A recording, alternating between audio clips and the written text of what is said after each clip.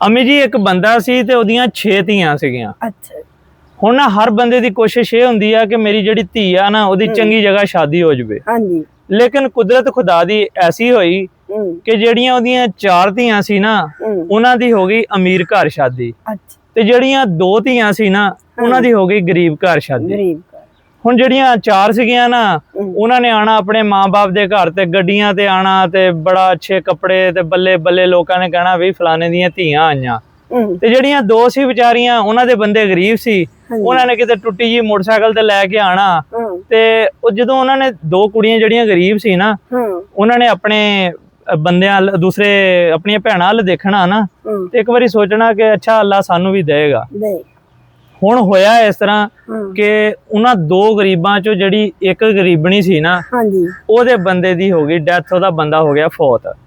ਅੱਲਾਹ ਤਾਲਾ ਦੀ ਕੁਦਰਤ, ਔਰਤ ਵੀ ਕੋਈ ਚੰਗੀ ਸੀਗੀ। ਉਹ ਜਦੋਂ ਉਹਦਾ ਬੰਦਾ ਹੋ ਗਿਆ ਫੌਤ ਤੇ ਹੁਣ ਘਰ ਚਲ ਗਈ ਮਾਪਿਆਂ ਦੇ ਤੇ ਥੋੜਾ ਅਰਸਾ ਗੁਜ਼ਰਿਆ, ਮਾਪਿਆਂ ਨੇ ਸ਼ਾਦੀ ਕੀਤੀ, ਉਹਨੂੰ ਵੀ ਚੰਗਾ ਅਮੀਰ ਘਰ ਲੱਭ ਗਿਆ। ਚਲੋ ਉਹ ਵੀ ਚੰਗਾ ਖੁਸ਼ੀ ਨਾਲ ਰਹਿਣ ਲੱਗ ਗਈ, ਗੱਡੀਆਂ ਮੋਟਰਾਂ ਹਰ ਚੀਜ਼ ਉਹਦੇ ਕੋਲ, ਚੰਗੇ ਕੱਪੜੇ। ਹੁਣ ਜਿਹੜੀ 6ਵੀਂ ਧੀ ਸੀ ਨਾ ਉਹ ਰਹਿ ਗਈ ਗਰੀਬਣੀ।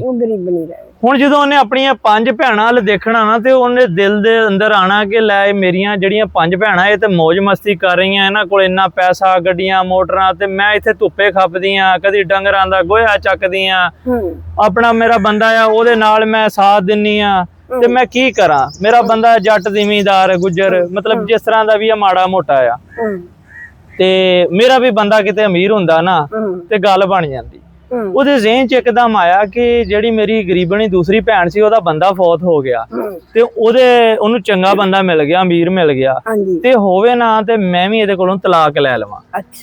ਉਹਨੇ ਆਪਣੇ ਬੰਦੇ ਨਾਲ ਲੜਨਾ ਸ਼ੁਰੂ ਕਰ ਦਿੱਤਾ।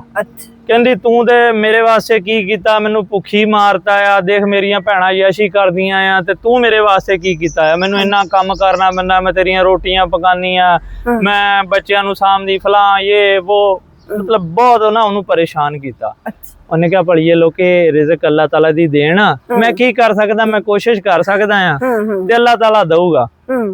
ਉਹਨੇ ਕਿਹਾ ਨਹੀਂ ਜੀ ਮੈਨੂੰ ਤੇ ਤੇਰੇ ਨਾਲ ਰਹਿਣਾ ਹੀ ਨਹੀਂ ਹੈਗਾ, ਮੈਨੂੰ ਤੂੰ ਤਲਾਕ ਦੇ ਦੇ।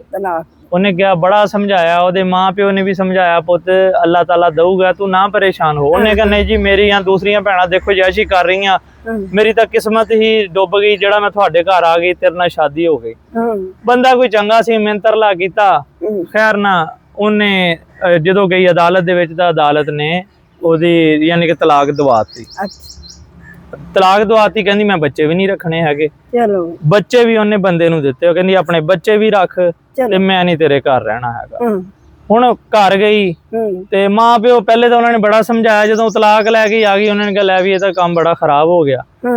ਉਹਨਾਂ ਨੇ ਨਾ ਲੱਭਣਾ ਸ਼ੁਰੂ ਕਰਤਾ ਉਹਦੇ ਵਾਸਤੇ ਕੋਈ ਰਿਸ਼ਤਾ ਤੇ ਆਪਣੇ ਮਾਂ-ਬਾਪ ਨੂੰ ਕਹਿੰਦੀ ਹੁਣ ਕੋਈ ਚੰਗੀ ਜਗ੍ਹਾ ਰਿਸ਼ਤਾ ਕਰਿਓ, ਤੁਸੀਂ ਜਿੱਦਾਂ ਮੇਰੀਆਂ 4-5 ਭੈਣਾਂ ਦਾ ਰਿਸ਼ਤਾ ਕੀਤਾ ਇਦਾਂ ਦਾ ਮੇਰਾ ਰਿਸ਼ਤਾ ਕਰਿਓ, ਤੁਸੀਂ ਵੀ ਨਹੀਂ ਮੇਰੇ ਵਾਸਤੇ ਦੇਖਦੇ, ਜਿੱਦਾਂ ਮਤਲਬ ਆਪਣੇ ਮਾਂ-ਬਾਪ ਨੂੰ ਬੋਲਦੀ ਸੀ।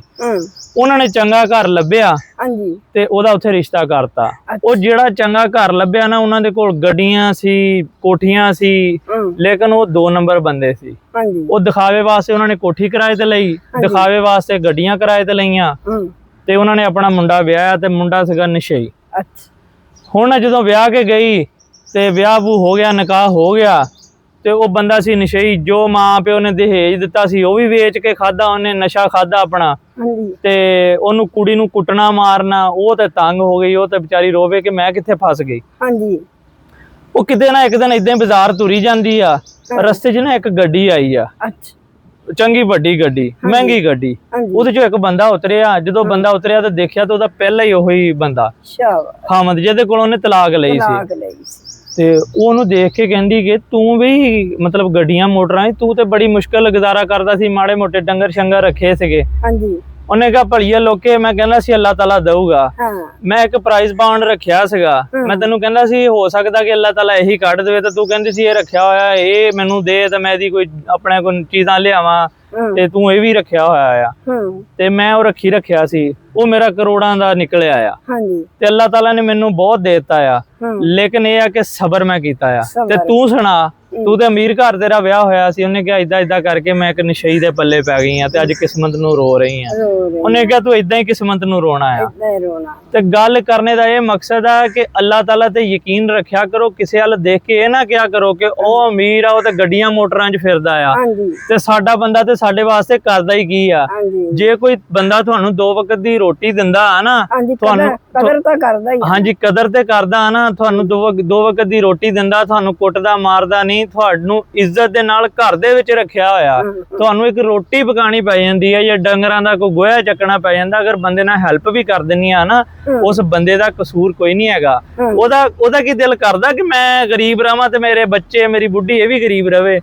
ਤੇ ਕਦੀ ਵੀ ਬੰਦੇ ਨੂੰ ਪਰੇਸ਼ਾਨ ਨਾ ਕਰਿਆ ਕਰੋ।